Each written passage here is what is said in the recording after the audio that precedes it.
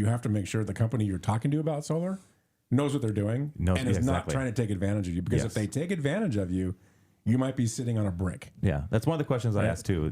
When I'm talking with customers, I always tell them, "How long do you plan on being in the home?" Yeah, because I'm not going to design a system that's going to be for you to be there forever. If it's going to be just kind of a general system for whoever takes over the home next, then we'll make it work that way. And it makes you have to make a decision on what you want to lease. Do you want to finance it? Do you want to pay cash for it? We always say cash is king, and it's always going to be the best scenario where you run into a home that's got a bought and sold. It's a bought system that's paid for.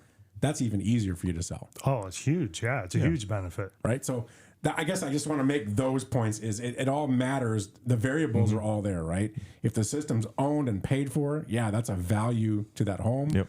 People are going to want that. If it's a lease and you can pay it off in the transaction, however, there's a value there. If it's financed, you could even pay it off in the transaction as well if it's financed too, right? And another thing to touch on that's important that I see is the tax credit. Okay. Yeah. So here's what happens. If I see a solar system on a house, say I represent a buyer, and that seller did not take the tax credit and pay down the principal, then that might not be a good solar deal for that next buyer. Sure.